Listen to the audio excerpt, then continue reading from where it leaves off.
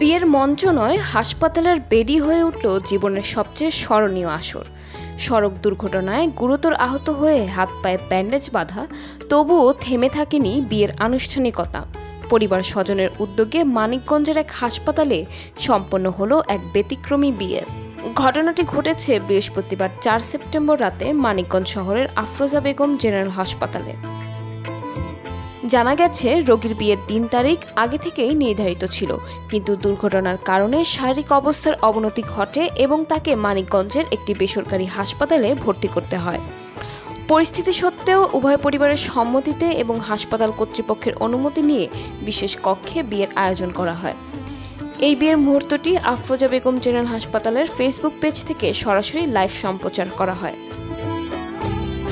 লাইভে দেখা যায় সাধারণ নিয়মে বিয়ের আনুষ্ঠানিকতা সম্পন্ন হয়। উপস্থিত ছিলেন দুই পরিবারের সদস্য, নিকট আত্মীয়জন এবং হাসপাতালের কয়েকজন কর্মী। হাসপাতালের বিছানাতেই নবদম্পতির জন্য আয়োজন করা হয় সাধারণ সাজসজ্জা। এ সময় স্বজনরা জানান, হাসপাতালে এমন আনন্দ হবে আমরা বুঝতেই পারিনি। আমরা অনেক খুশি, হাসপাতাল কর্তৃপক্ষকে অনেক ধন্যবাদ।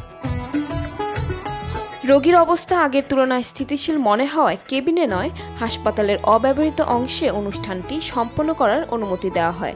আমাদের কর্তৃপক্ষ সবসময় রোগীদের সেবায় আন্তরিক। এমন ব্যতিক্রমী আয়োজনে চারদিকে তৈরি হয়েছে আলোড়ন।